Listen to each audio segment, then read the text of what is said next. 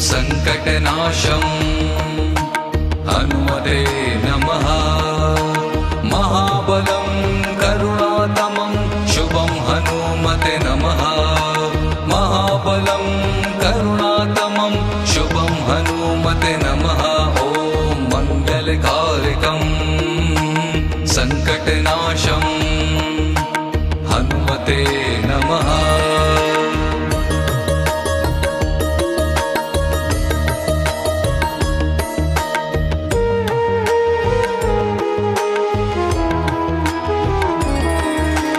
यदा रामः विभक्तो आसीत् तदा व्यातस्य समर्थनं कृतम्।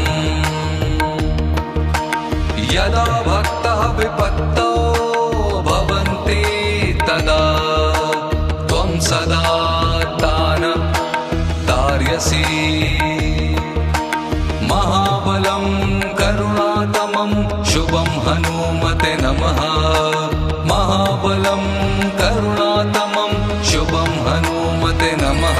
ॐ मङ्गलकारकं संकटनाशं हनुमते नमः।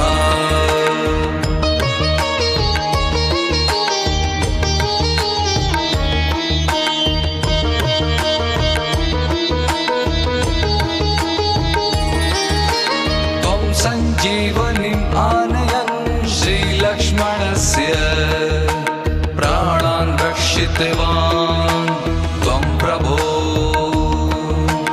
भक्ते दयालुता कृत्वा षड्मात्रेण मृत्युपरिग्रहात् तं तारयसि।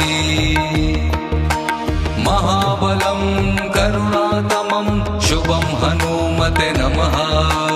महाबलं करुणातमं शुभं हनुमते नमः। ॐ मङ्गलकारकं संकटनाशं हनुमते नमः।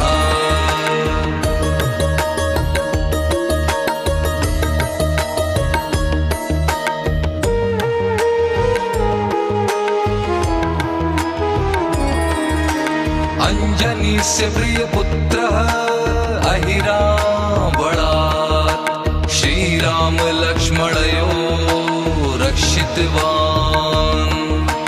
हनुमत केसरी पुत्रः त्वं लङ्का दग्धः सीताया विषये ज्ञापयति स्म। महाबलं करुणातमं शुभं हनुमते नमः। महाबलं करुणातमं शुभं हनुमते नमः। ॐ मङ्गलकारकं संकटनाशं हनुमते नमः।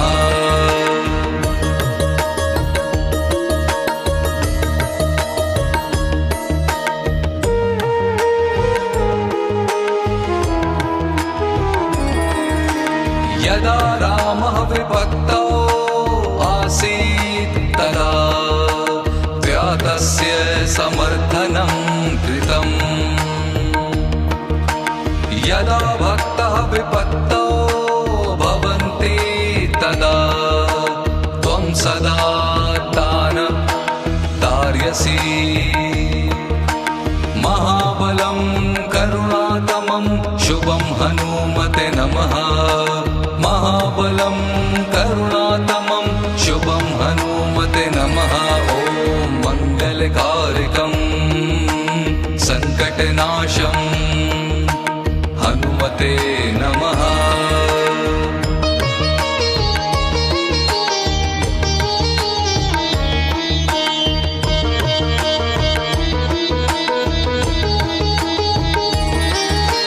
त्वं सञ्जीवनीम् आनयन् श्रीलक्ष्मणस्य प्राणान् रक्षितवान् त्वं प्रभो। भक्ते दयालुता कृत्वा षड्मात्रेण मृत्युपरिग्रहात् तं तारयसि। महाबलं करुणातमं शुभं हनुमते नमः। महाबलं करुणातमं हनुमते नमः ॐ मङ्गलकारकं सङ्कटनाशं हनुमते नमः।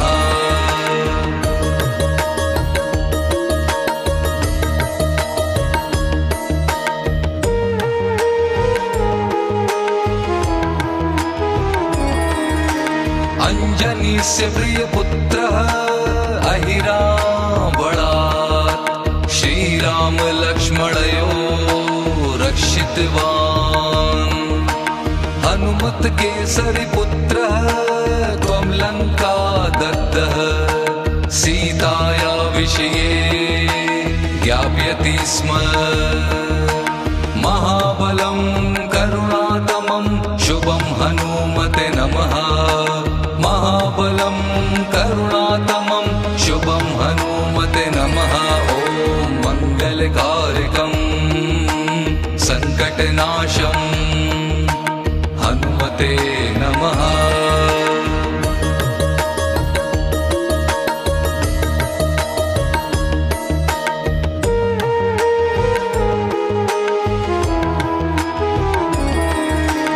यदा रामः विभक्तौ तदा व्यातस्य समर्थनं कृतम्। यदा भक्तः विपत्तौ भवन्ति तदा त्वं सदा तान् तारयसि। महाबलं करुणातमं शुभं हनुमते नमः। महाबलं करुणातमं शुभं हनुमते नमः ॐ मङ्गलकारकं सङ्कटनाशं हनुमते नमः।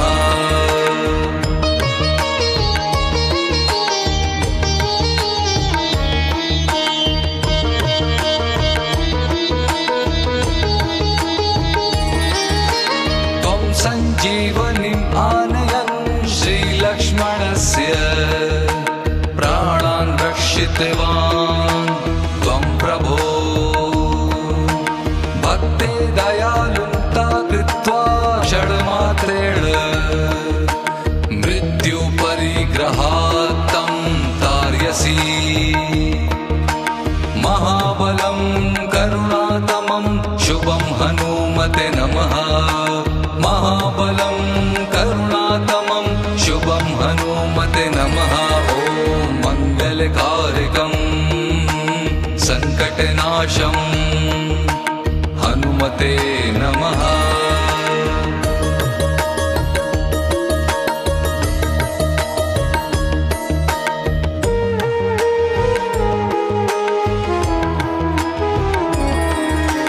अंजनीस्य प्रियपुत्रः अहिरावणात् श्रीराम लक्ष्मणयोः रक्षितवान्।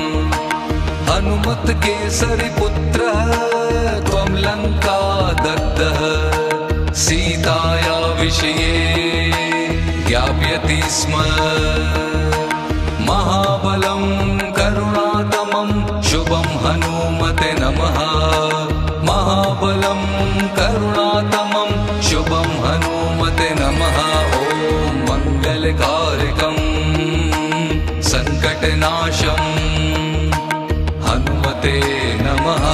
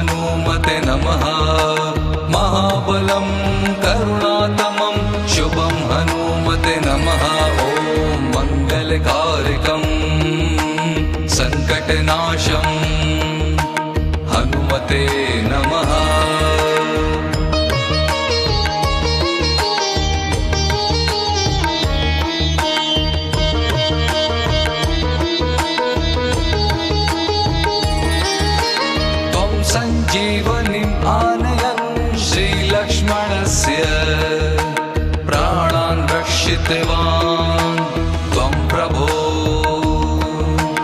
भक्ते दयालुता कृत्वा षड्मात्रेण मृत्युपरिग्रहात् तं तार्यसि महाबलं करुणातमं शुभं हनुमते नमः महाबलं करुणातमं शुभं हनुमते नमः ॐ मङ्गलकारकं सङ्कटनाशं हनुमते नमः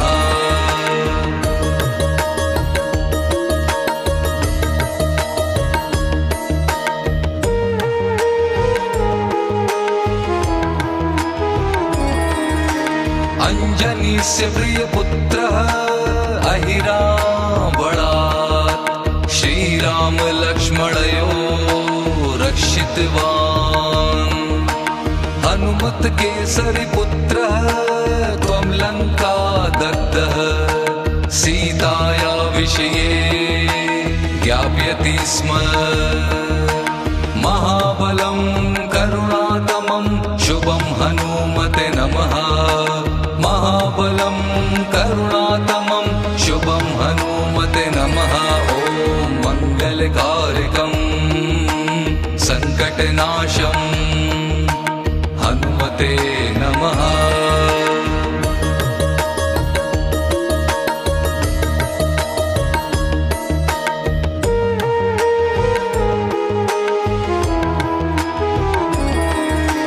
यदा रामः विभक्तौ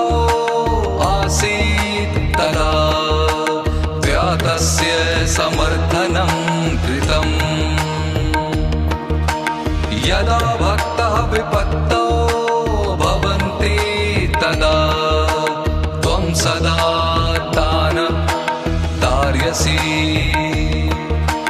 महाबलं करुणातमं शुभं हनुमते नमः महाबलं करुणातमं शुभं हनुमते नमः ॐ मङ्गलकारकं सङ्कटनाशं हनुमते नमः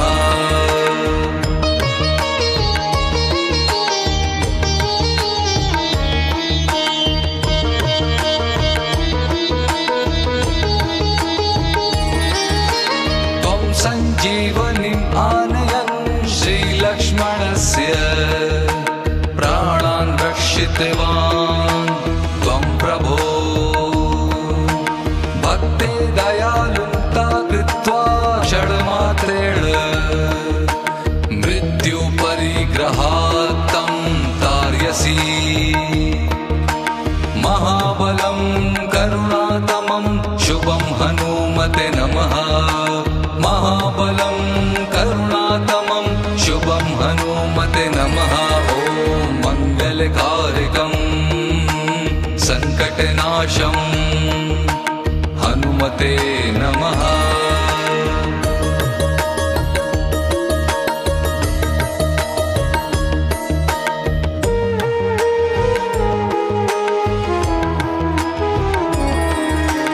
अंजनीस्य प्रियपुत्रः अहिरावणात् श्रीराम लक्ष्मणयोः रक्षितवान् हनुमत् केसरी पुत्रः त्वं लङ्का दग्धः सीताया विषये ज्ञापयति स्म